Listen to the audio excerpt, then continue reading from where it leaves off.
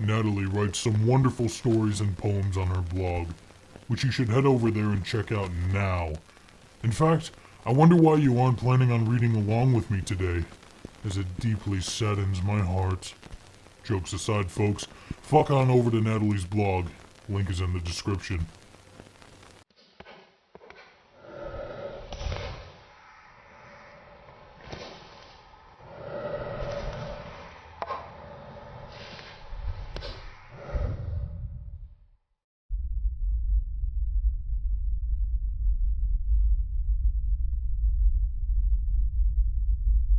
It was the smallest of thuds, but it startled Julia from her sleep. She lay wide-eyed, completely still in the darkness, holding her breath. Her pounding heart seemed to rock the whole bed. She listened to the silence, waiting to hear the noise again. Nothing. She must have been dreaming. Julia finally let her lungs release the air they'd been holding back and sank back down under the duvet. She froze. There was no mistaking it this time. It was definitely a noise, and it was definitely coming from downstairs. She pulled herself slowly, silently, to the edge of the bed, and let her bare feet rest on the carpet. Julia's whole body jarred. She scanned the gray shapes surrounding the bed, trying to get her eyes used to the darkness, hoping to find some clue of what to do next. She had no idea if her legs would be able to hold her upright, but she knew that she wanted to be wearing more than just a t-shirt right now. She grabbed a pair of jeans from the pile of washing at the side of the bed and stepped into them. Leaning against the chest of drawers, she steadied her trembling legs and crept over to the doorway. The hallway was pitch black, much darker than the bedroom where she could at least see the smoky outline of where she was going. Right then, for the first time in weeks, she really missed Daniel. She'd rarely thought of him since he'd packed his bags and told her he was leaving. 4 years building the perfect life together, and in the end, he had left her for a younger model with perfect white teeth. "Stop it," she whispered to herself. This was exactly why she hadn't allowed herself to think about Daniel for the last 2 weeks. She pushed him from her mind and tried to focus her eyes through the opaque darkness of the hallway. "Shit," Julia hissed through clenched teeth. The sound was louder now, more purposeful somehow. She cursed herself for leaving her mobile phone downstairs. Not that it made any difference. Who would she call? The police weren't going to come rushing to the aid of a silly woman hearing bumps in the night. She reached out, feeling her way along the doorframe, until her fingers found the warmth of the textured wallpaper that Daniel had used to cover the cracks in the plaster underneath. Unable to judge how far away the stairs were, she felt her way along the wall, guiding herself down the hallway as she shuffled forward carefully. The thick blackness gave way to shades of gray as she reached the top of the stairs and rested her hand on the banister. The noise sounded different now, clearer, maybe. It made her think of a child's small fist pummeling a door, but she couldn't tell whereabouts in the house it was coming from.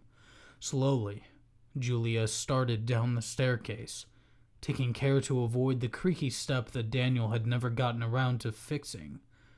Fading moonlight shone through the downstairs window and washed across the floor at the bottom of the stairs, as if lighting the path for her to follow.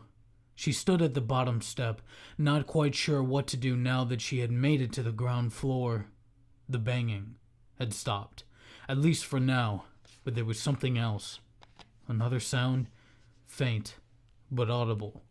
An unfamiliar noise somewhere in the house.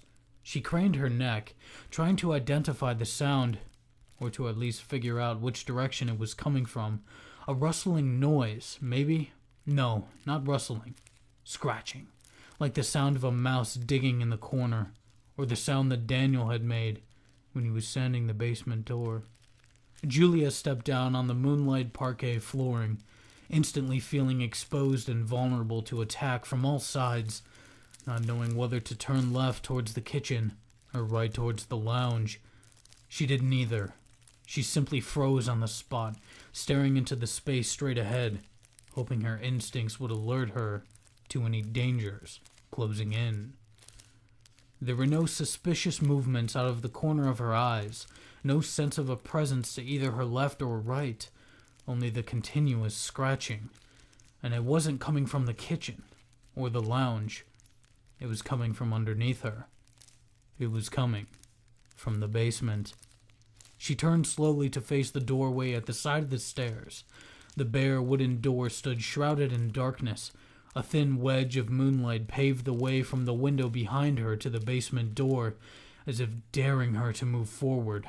The scratching noise had grown louder.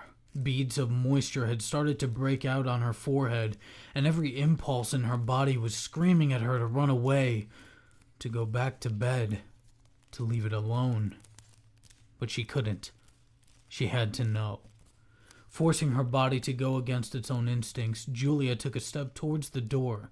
The door appeared to respond to her brazen confrontation by making itself look bigger and more menacing with every step she took towards it, almost like a cat arching its back and raising its hackles to ward off enemies. She reached the door and pressed her ear up against it. The scratching was definitely coming from the basement, and it was louder than ever. The smell of raw sawdust from the freshly sanded door made her think of Daniel and how lovingly he had attended to every inch of the wood, only to go and leave it behind 3 days later, to leave everything behind. All his clothes, all his possessions were exactly where he had left them. If he didn't get in touch soon, she was going to give them all to charity. She reached down and curled her hand around the doorknob, gripping it tightly.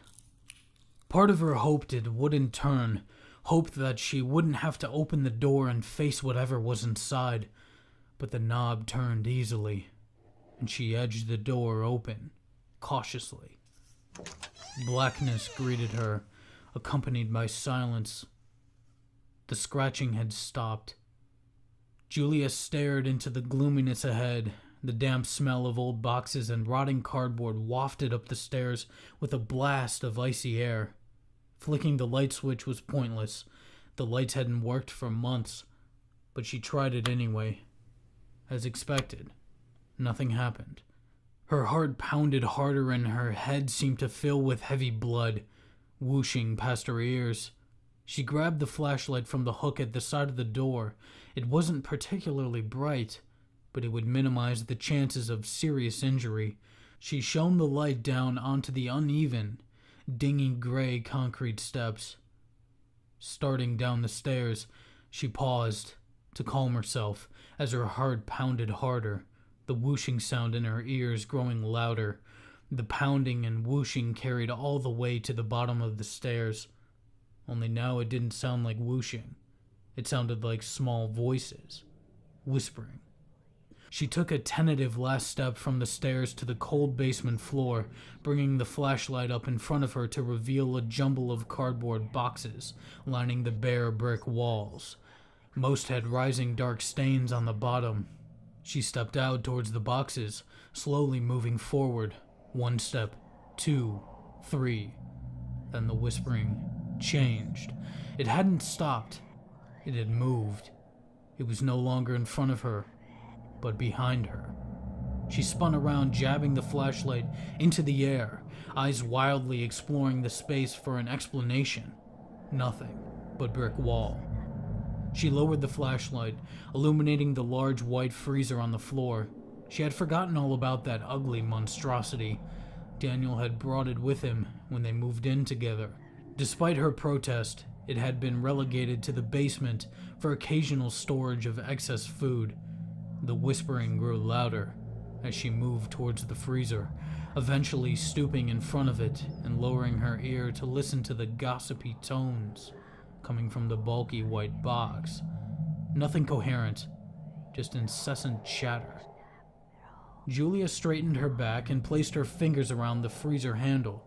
The small voices intensified, speeding up in their excitement, almost like children about to be caught in their favorite hiding place. She pulled the lid upwards. A cloud of thick, icy fog sighed into the musty basement.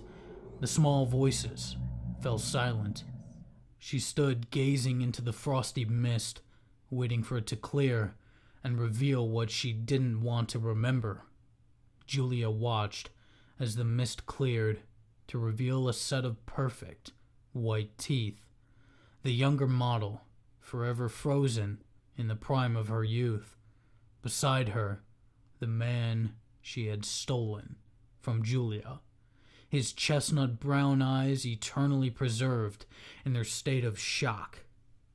Julia stared at the unresponsive pair and let the lid slam back down.